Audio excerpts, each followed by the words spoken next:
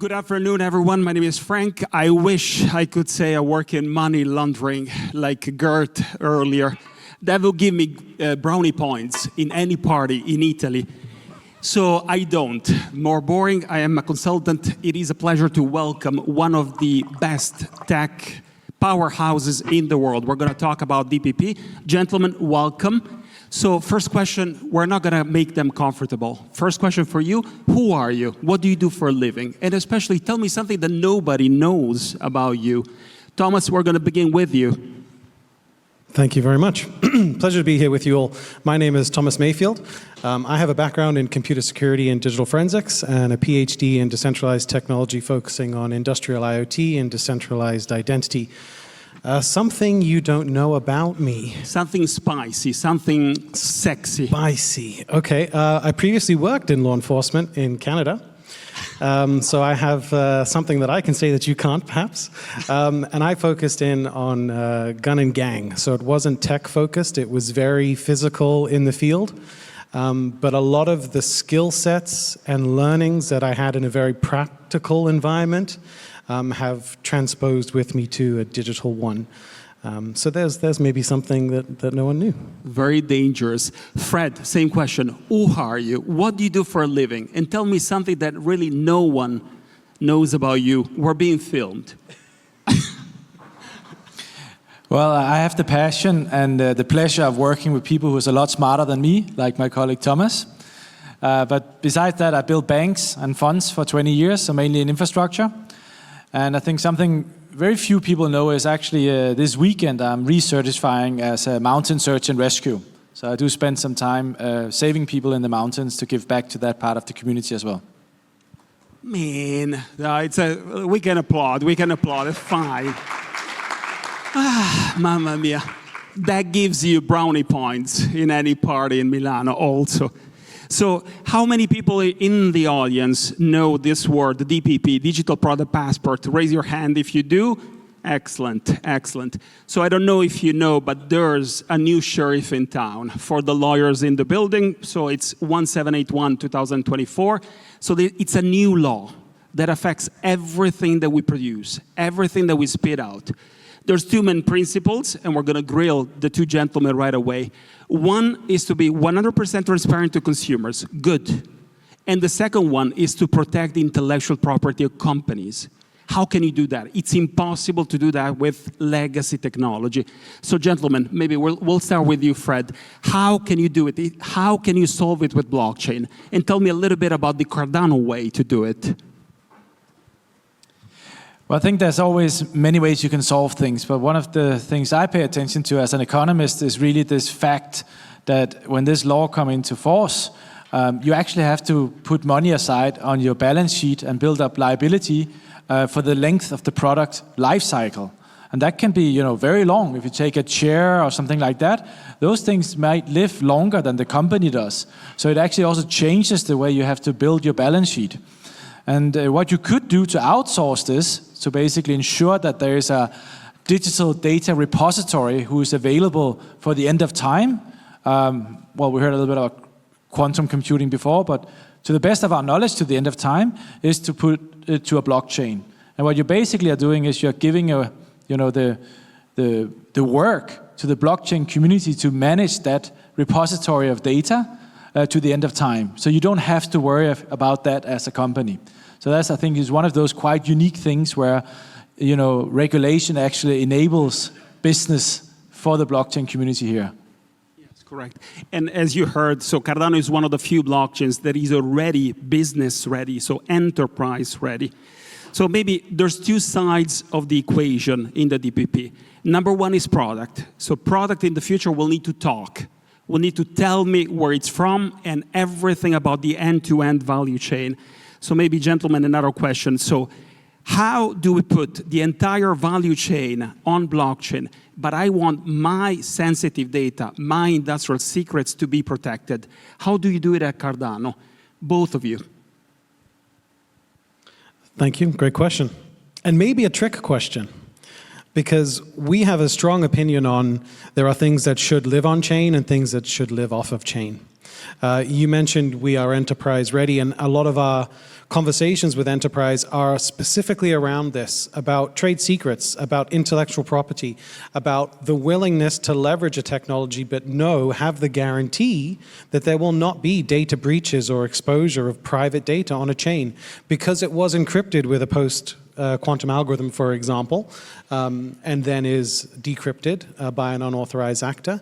So I think it's a balance here on what needs to go on chain to make something verifiable, this verifiable proof approach, and what must remain off-chain. If I can speak a little bit more, and please tell me when to stop, but what we've done and demonstrated, because there's nothing more tangible than something that's real world, that's active today in production, what we've been able to do, and I think we'll talk a bit more about identity in a moment, but we've been able to bridge private permission systems with our public permissionless by just leveraging the identity layer. So allowing that identity layer to provide the proof necessary so you can say with a certainty that this valid record is in fact valid and authentic without having access to all of the granular data. It's similar to a zero-knowledge proof, but I won't go down that rabbit hole right now. Yeah, correct, exactly. So we need to identify every single thing that we do. Don't know if you know, but one of the most counterfeit products in the world is condensed milk in China. If the stuff is not legit, your son dies. As simple as that. So there's life at stake. So maybe, Fred, a little bit of a comment on the product side and how you do things at Cardano and how easy it was. I mean, you are the helm of Cardano. How easy it was or how difficult? A little bit of the good, the bad, and the ugly of doing this with enterprises. Well, I think the bad about it is that blockchain is a conflicted term. Blockchain, and specifically crypto, is not something enterprises want to deal with right now. It's basically a risk term, and probably also why many of us are here today to talk about it, right? So the first thing we do is we actually refrain from using the word crypto or blockchain or gas fees or stuff like that. The second thing we do is that instead of thinking about what we can do in the future, with specific CK roll-ups or quantum security and stuff like that, we actually are sitting with a situation today where we can use the existing stack to do these things. That means that we can take certificates from a centralized authority, let's say the one who checks if child labor has been involved. We can take certificates from ISO, so the ISO certificates, and we can basically verify those with digital signatures. And by that, we are bridging sort of private databases and established trust institutions, if you can even call it that these days, right? With the trustless infrastructure of a permissionless blockchain. And then you really start to get the best of both worlds, because this is not about making one system ruling them all. It's actually about thinking about how do we fragment everything but make it interoperable. Because only by fragmenting it, we actually get the privacy which we deserve, but we also get the user experience by the interoperability. And that's exactly what Thomas was just speaking about. So another question on product. So, and many of you are entrepreneurs or maybe members of associations that, let's say, govern companies or SMEs. Good, it's exactly what you said. So tell me, 75% of the world runs on SAP in terms of ERP or Salesforce if I want to sell anything. How easy it is for me as an entrepreneur to plug my system, my legacy technology to Cardano. So how does it work? What do I do exactly? So it starts at the identity layer. We've launched an infrastructure and protocol-based system called Viridian. This is a decentralized identity solution, leveraging protocols called Carry and AC/DC, but it starts at the identity layer. So one system, for example, leveraging SAP or one company working in one side of the world is going to already be leveraging an identity protocol. They have established workflows and standards of operating, and they want to do business with someone on the other side of the world. What you need there is a way to have an identity that is commonly agreed upon in the exchange of data. And this is what we've demonstrated with Viridian, whereby a SAP system and a Salesforce system can communicate with one another, even though the data is tagged differently and presented in different ways. It can be mapped into a common standard. and then demapped into the appropriate system. So how do you start? You start with the identity layer. You agree on leveraging an open protocol, like what Viridian offers, for example, and then you start working on how you integrate that into the blockchain. So what we've done to create quantum resistance in our chain already today is we've created what's known as verifiable smart contracts. One of the biggest challenges that have been mentioned previously about quantum is getting access to these public keys. The way cryptography works today is one shares their public key ubiquitously. And once a quantum computer knows of a public key, it can then break the private key. What we do with our identity solution is we only provide a hash of the public key related to the current signing keys. And what that means is there is no public key to be aware of. Now, when I sign something and prove correct ownership and authenticity, there is a hash of the associated public key that is anchored on chain, which can then be verified against. But I don't ubiquitously share the public keys associated with the identity. I simply share a hash of it and then some of the other protocol specifics called out-of-band introductions. So the question here is about starting with identity and then thinking about how we integrate on-chain. So with a verifiable smart contract, it is no longer just the payment keys that activate the contract, but it's also the associated identities or identifiers that are bound into that contract as well. So if I compromise crypto wallets, I still can't execute the contract. I need to compromise crypto wallets, and then I need to compromise the identity piece. But Viridian in itself is also a future-proof system in the sense that we will never be able to prevent attacks. Our keys will be compromised at some point in time. What we need to be able to do is instantly detect a signing activity has taken place for us to know whether it's malicious or not. And once we have identified something that is malicious, we have the ability to rotate out the controlling keys that have been compromised. So every identifier in Viridian is incepted with a current key, which is used for signing, and then a pre-rotation key, which is never exposed, which is used to rotate out the signing key. And that is how you recover and create a future-proof system. So in short, it starts with the identity, and then you extrapolate to what data should go on-chain and how you integrate that, whether it's through metadata transactions or the verifiable smart contract, for example. Maybe I repeat it in my terms. I'm a salesman, so I lowered the bar. So it's compliant with my legacy tech. I identify every single actor in the value chain. Very good. We move, I need to spend a couple of minutes on people. So we saw product. What I need now is people. I need to prove that I need to have, me as a consumer, I want access to 100% of the information, one, and I need to prove that this Birkin bag is mine. So proof of ownership. So how does it work in the market when it comes to what the consumer sees? And how can you show transparency and hide sensitive information? For myself? For both of you, gentlemen. Thank you. I'll go first, sir. So essentially, what is being proposed and the way it is being interpreted from an implementation perspective is you take existing data in the real world and you turn that into cryptographically verifiable proofs. And some of the common terminology or technology to be used is verifiable credentials.